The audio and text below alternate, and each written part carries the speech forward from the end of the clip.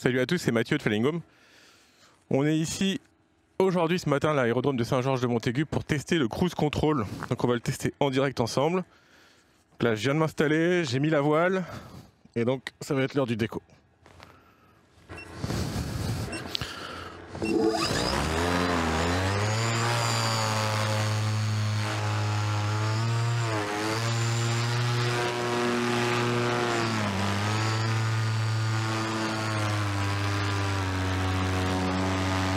Allez, c'est parti. On va prendre un peu d'altitude, on va aller voir comment c'est en l'air. Donc de toute façon, le cruise control s'active avec la télécommande et ne peut s'activer qu'au-dessus de 100 mètres. Donc on va aller prendre de l'altitude. Et nous, on va monter, on est à 50 mètres.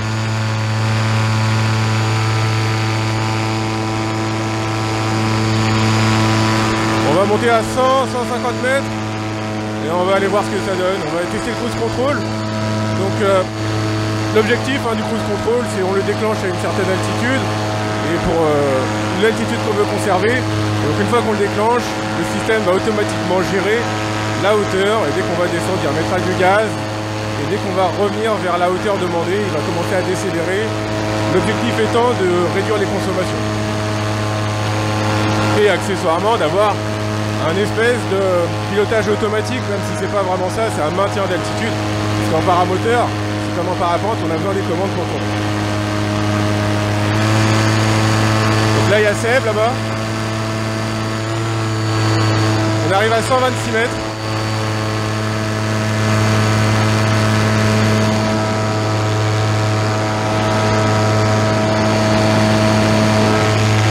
Donc on va monter à 150. Peut-être 200, on va voir. Aujourd'hui il y a un peu de bruit, mais on a de la chance, c'est la pas au-dessus du terrain. Je sais pas si ça se voit derrière moi. Là, les conditions sont très bonnes, il n'y a pas beaucoup de vent. Bon, très peu. En l'air c'est pareil. On voit bien que je vais à peu près dans la même vitesse dans toutes les directions. Ça c'est très bien. 179 mètres. Allez, bon, on va aller chercher les 200 mètres avant de commencer.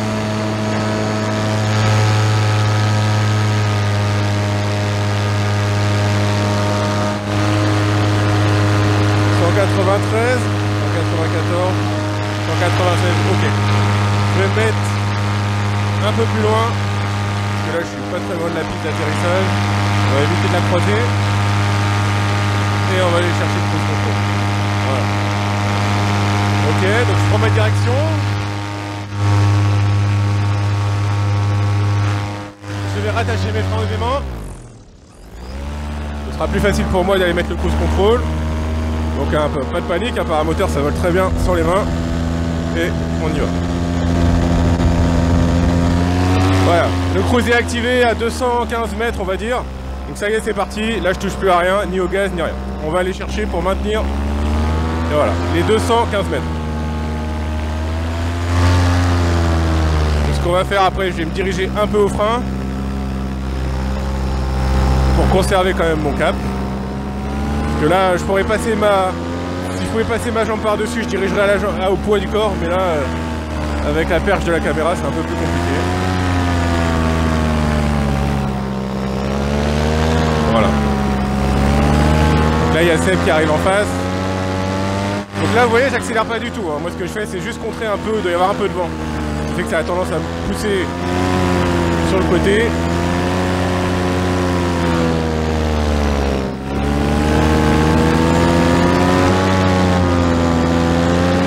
Là, on va se remettre dans le même axe que Seb qui est là-bas.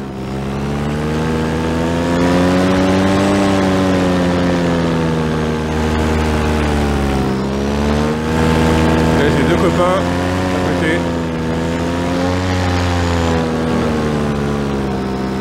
J'en ai un devant moi. Allez, c'est parti, on lâche les freins et on y va. Donc là, voilà, j'accélère pas. C'est le système qui va faire tout seul. Là on est à 213, 215,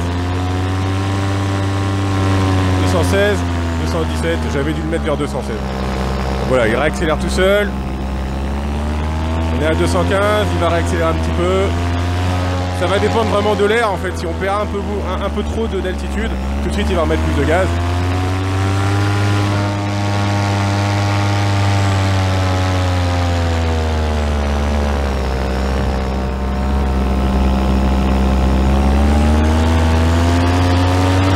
Donc ça marche très bien, il n'y a aucun problème. Là on oscille entre 219, voilà, c'est pour ça qu'il réduit les gaz. 215, il va réaccélérer. Voilà, il va chercher le 216 tout le temps. Il va réajuster pour aller chercher le 216. Donc là encore, on se fait encore tourner avec le vent. Le vent, il vient de quasiment en face là.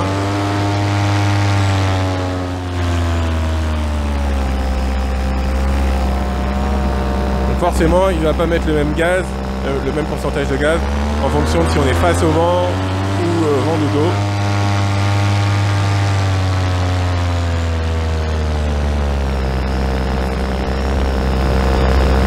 Après, bien sûr, si je veux gérer ma direction, je peux la gérer avec les trims. Ça, on peut très bien le faire. Là, je le fais pas, mais en tout cas, on peut le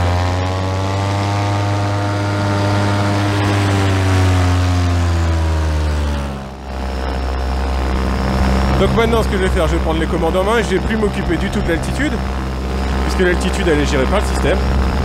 Et nous, on va aller chercher Sébastien qui est à côté, pour voler à côté de lui, voilà. Donc je sais de toute façon que je serai toujours à 200 mètres.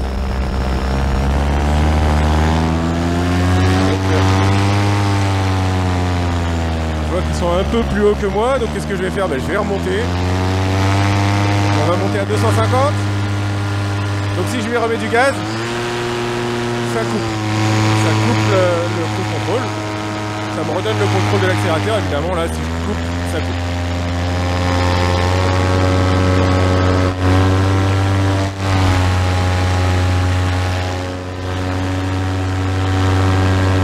À 225.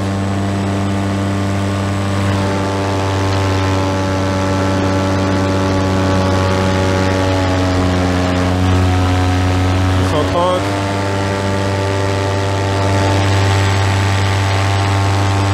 va chercher les 250 ou même les 300. Allez, on va chercher les 300. 306. Voilà, on est à 300. On va remettre le cruise control. Allez, c'est reparti.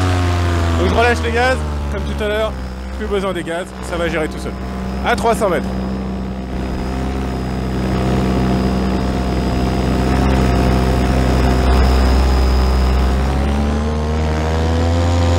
Donc en termes d'économie, c'est quand même très avantageux, parce que ça évite de perdre trop d'altitude. Et après de remettre plein gaz pour récupérer son altitude, ça va la gérer beaucoup plus facilement à 5 ou on va dire 10 mètres près vraiment s'il y a des descentes.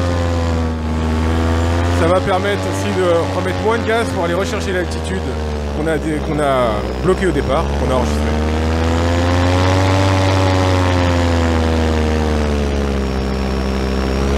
Donc là c'est un premier test.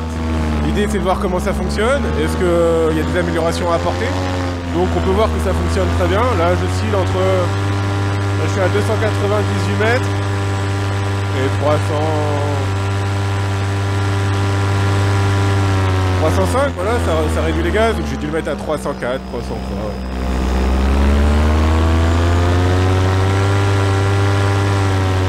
Donc là, sur la télécommande, on peut voir tous les voyants sont ouverts. On a vraiment la température de la batterie, on est à 31 degrés, c'est très bien. Et le contrôleur, on est à 40 degrés, donc on est très loin des seuils d'alerte.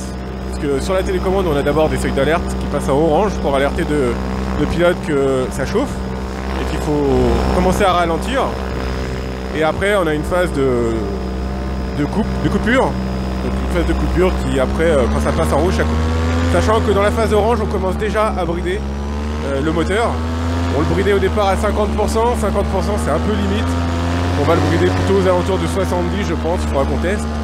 Le but étant d'avoir toujours la sécurité pour pouvoir se poser où on veut, tout en permettant au contrôleur et à la batterie de refroidir. Bon, la batterie, elle chauffe, mais on l'a vu monter un peu plus en température, on est allé jusqu'à 50 degrés quand on a volé en biplace avec Sébastien. d'une parce que ça demande beaucoup de puissance le biplace, et de deux parce qu'on l'a décollé, il faisait 30 degrés. Donc déjà partir avec 30 degrés, c'est déjà... on se rapproche déjà des 60 degrés de la batterie. À partir de 60 degrés, alors c'est nous qui décidons, hein, c'est 60 ou 70, pour l'instant on a mis à 60. À 60 degrés, la batterie il met une alerte en disant attention, je chauffe. Donc nous l'alerte on la voit, on va brider.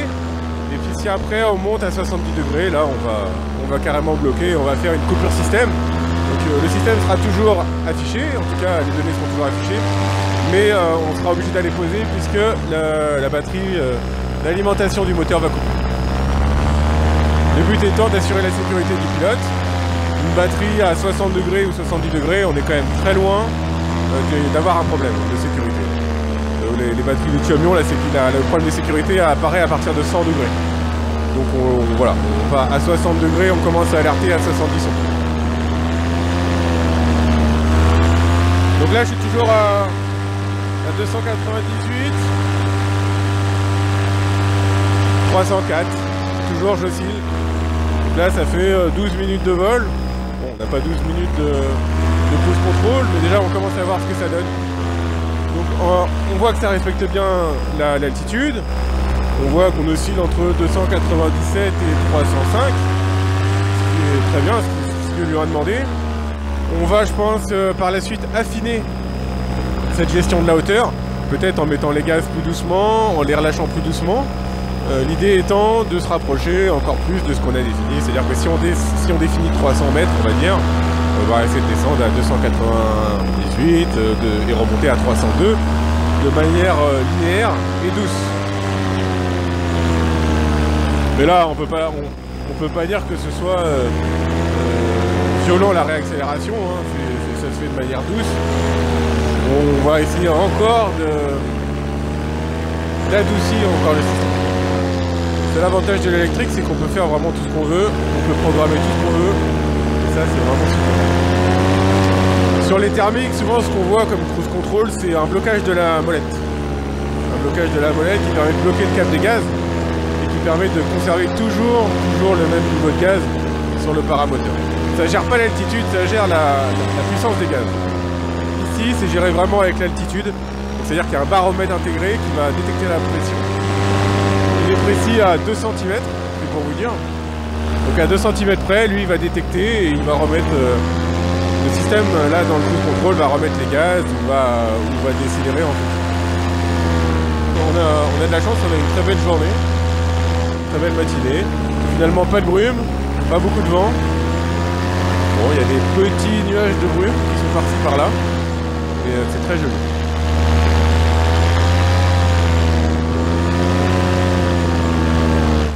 Donc bah, nous on va continuer à voler avec le cruise control. Donc le cruise control, il y a deux moyens de l'arrêter, évidemment. Soit je remets les gaz comme je vous ai montré tout à l'heure, dès que je vais remettre les gaz, ça va couper le cruise control, ou de rappuyer sur le bouton qui permet de l'activer.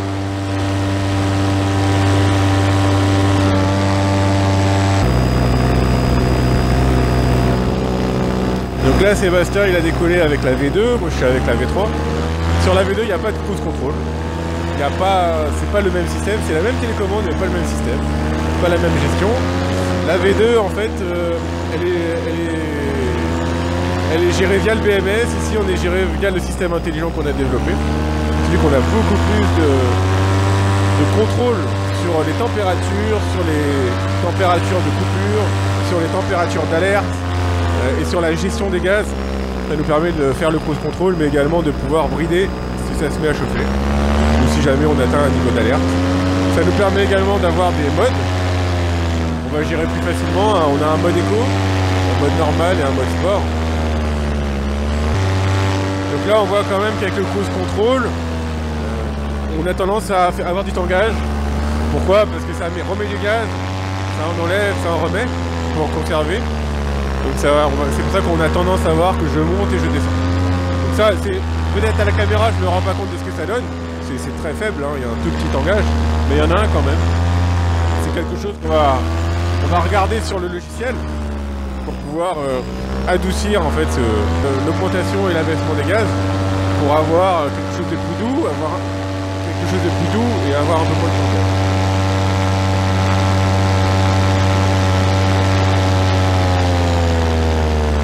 Voilà, là on le voit, hop, ça ralentit, donc forcément j'ai une tendance à piquer vers l'avant, à avoir une abattée, et là on remonte, forcément, hop, ça relâche l'abattée un petit peu, c'est ça qui va générer le tangage, mais c'est hyper confort, il n'y a aucun problème, donc c'est vraiment...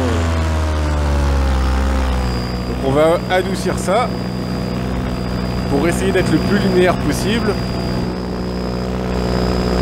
On va gérer ça au niveau du soft, on va voir.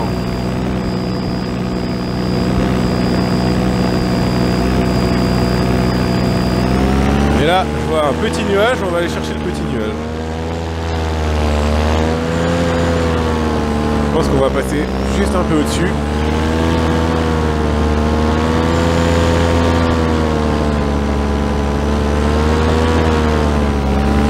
Si on veut l'avoir, il va falloir qu'on passe un peu plus à droite.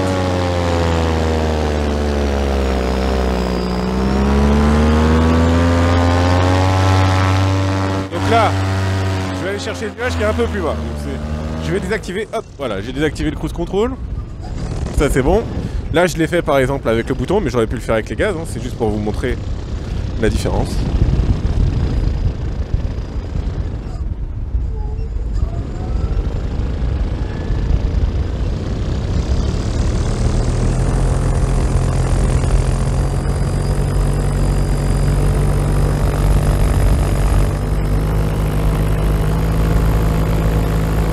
Et bien on l'aura pas le petit nuage, parce qu'il est coquin et il part très vite. Finalement il y a un peu plus de vent que je pensais. Bon, c'est pas bien méchant.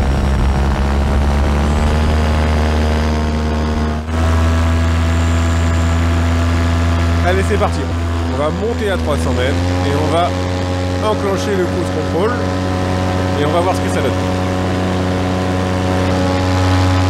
305, allez. Donc là on est à 305 mètres. On va enclencher le cruise control, je raccroche les freins aux aimants, toujours raccrocher les freins aux aimants, et je vais mettre mon cruise control à 310 mètres. C'est parti. Donc voilà, le cruise control est activé. Donc là on fait le premier test du cruise control. Donc là, voilà, j'ai relâché les gaz, on voit le cruise control il est activé, il va me permettre de conserver les 310 mètres. Il va osciller entre, on va dire, les 300... Là, on est à 312.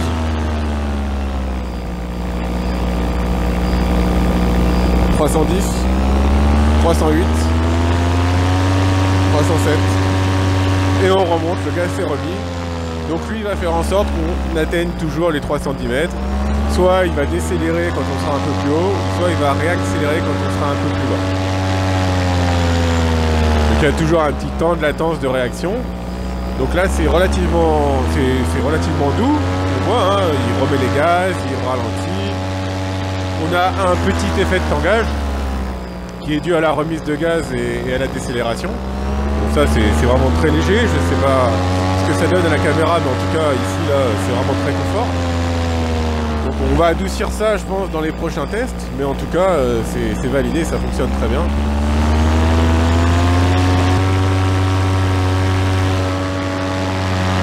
Donc voilà comment ça marche le cruise control. Je vais aller poser pour que Seb il puisse essayer quand même, ça serait bien qu'il essaye aussi. Par simplicité, parce que là le bouton il faut l'atteindre, on va remettre les gaz, je vais prendre mes freins, et je vais remettre mes gaz, jusqu'au niveau du cruise control. Et voilà, là j'ai senti, ça m'a mis une petite impulsion moteur, et donc là, évidemment, si je mets plus de gaz, j'ai plus de gaz. Et il faut que je réaccélère.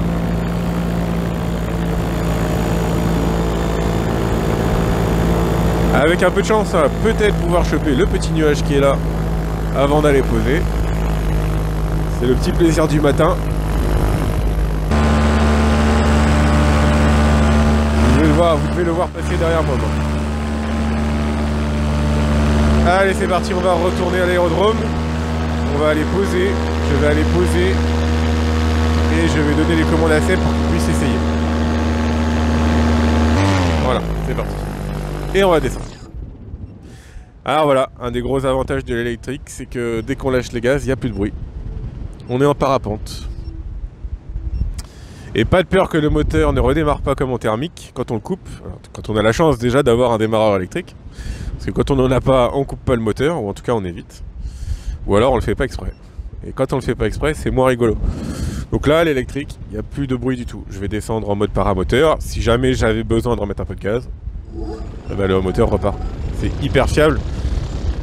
Et ça, c'est vraiment super. Parce que les moteurs thermiques, au niveau fiabilité, c'est pas foufou. C'est vraiment pas foufou. Moi, je vois avec mon thermique, ça fait toujours plaisir quand on arrive sur l'aérodrome le matin et on veut démarrer et le flash starter qui casse, ou il y a une fuite, ou voilà. Bon, c'est les joies et les mésaventures du thermique. Ça, au moins, avec l'électrique, on n'a pas ça. Du moment qu'on a pensé à recharger sa batterie, si on a fait attention à pas arracher les fils, parce que quand même, évidemment, si on arrache les fils, ça marche moins bien. Et bien avec l'électrique, c'est quand même royal. Ouais, on avance vraiment pas vite. Hein. Ah, le vent s'est un peu levé. Allez, on va se mettre en position pour aller atterrir. Donc là, je suis vraiment en mode parapente. Hein. C'est vraiment cool. Bon. Je vais devoir remettre un peu de gaz pour les poser.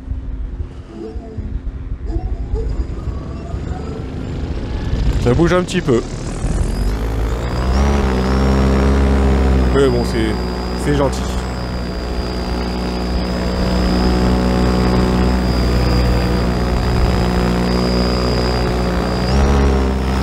Donc là, je fais mon approche à 20 mètres. Ok. C'est pas très très haut, mais c'est l'approche au moteur, comme on appelle ça. Et c'est parti. Voilà, on a passé les petits buissons. On va aller atterrir.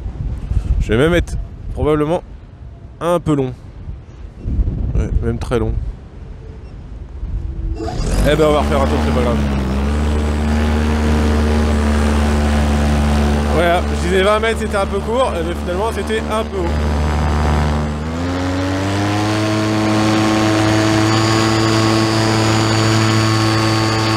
On va recommencer. Là on peut voir, hein, je pense que je me fais un peu chahuter.